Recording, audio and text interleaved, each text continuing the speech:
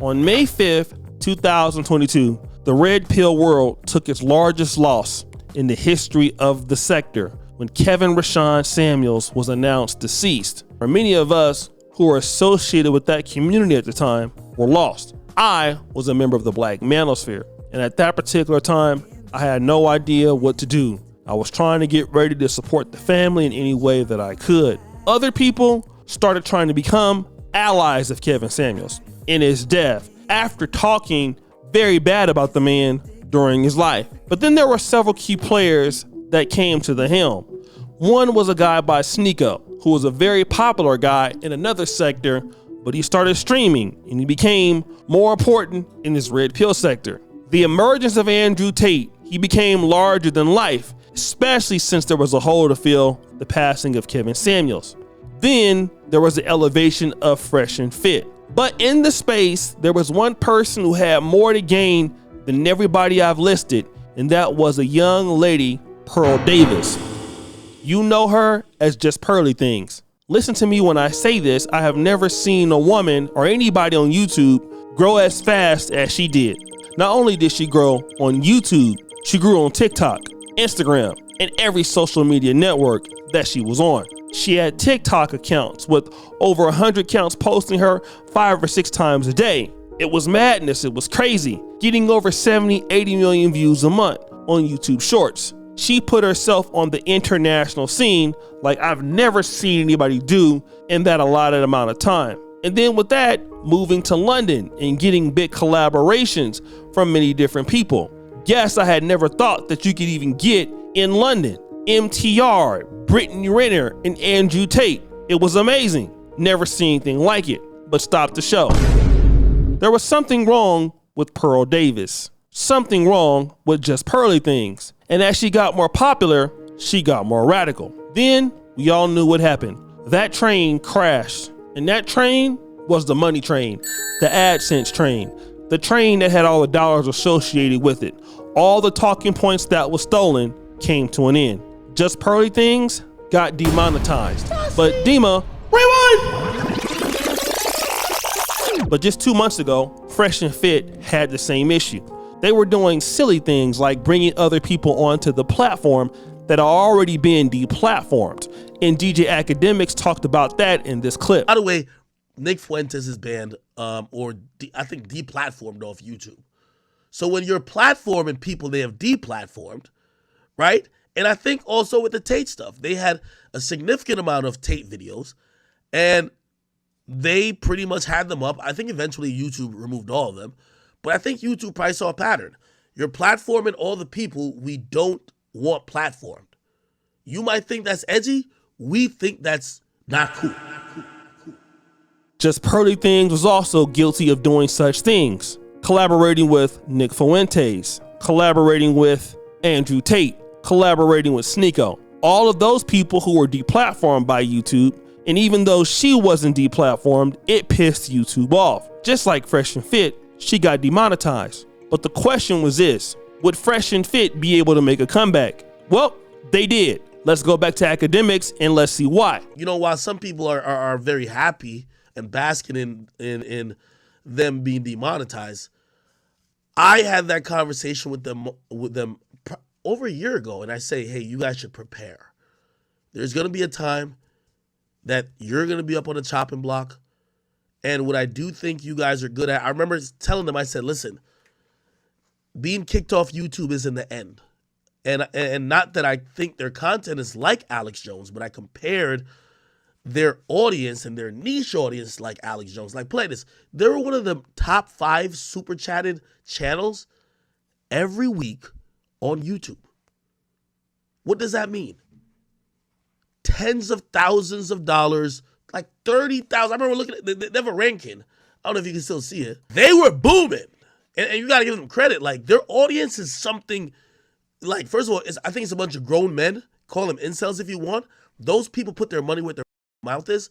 And they were one of the most super chatted channels in the United States every week.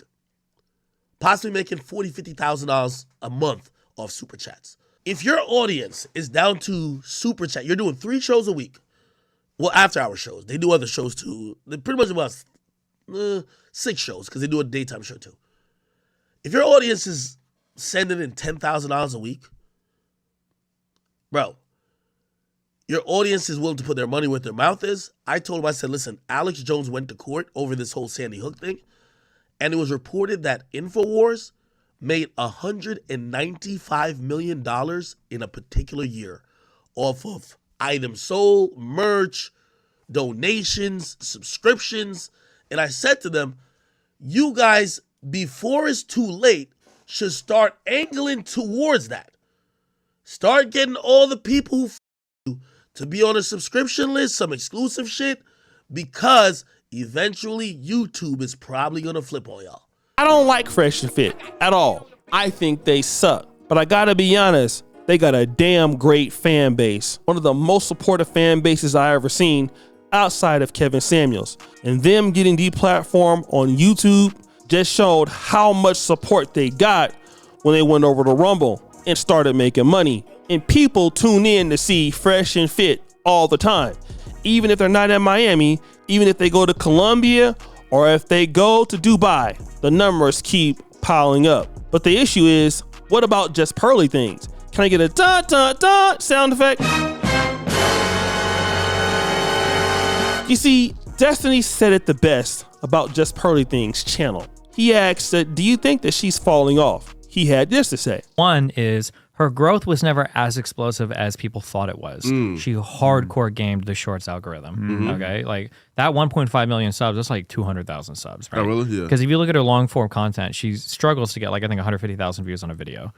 With like over 1.5 million subs on the channel. Yeah. So that's the first up. Secondly, she was growing in kind of the pocket of all of that red pill stuff exploding, and now people have kind of, let the air out of the tire a little bit, and it's kind of deflating a bit. And so she's like, she blew up on these shorts, and then she's kind of like drifting here, and then all the other red pill stuff is kind of like whatever, and she's just kind of like, because she, in my opinion, not to be mean or rude to her, I don't know if she offers much in terms of her individuality that people would want to stick around for, right? Like as much as I might not like their beliefs, I could understand why people would watch like Myron. I know why people watch Fresh and Fit. I know why people watch Andrew Tate. Well, they have an enduring fan base. Yeah. Well, yeah, but like even as individuals, even people like Rolo and stuff, I can understand why people are fans of those people. But how many people are fans of Pearl? And it pissed Just Pearly Things off when Adam22 and Destiny kept coming for her. So Just Pearly Things said this just a few days ago. And, Destiny has been saying for months, Pearl, you're just falling off. Oh, Pearl.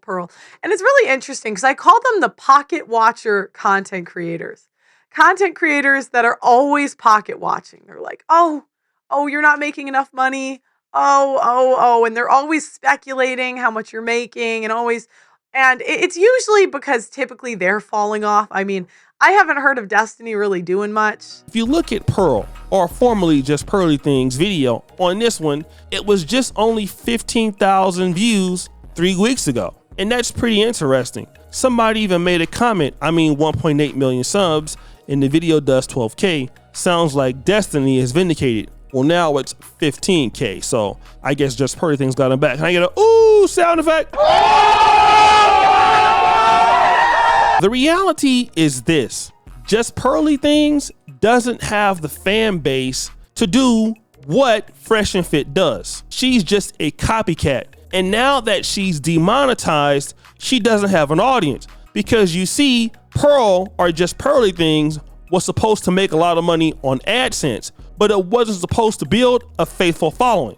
See, Pearl doesn't have the pull that Fresh and Fit does. Her audience isn't there. They don't really care. And if she goes over to Rumble, she won't have nearly as much money as Fresh and Fit because she might have the numbers, but she don't got the pull. Just go look at her live streams. Let's look at the last 3. 36,000 views, Do Single Mothers Make Good Housewives?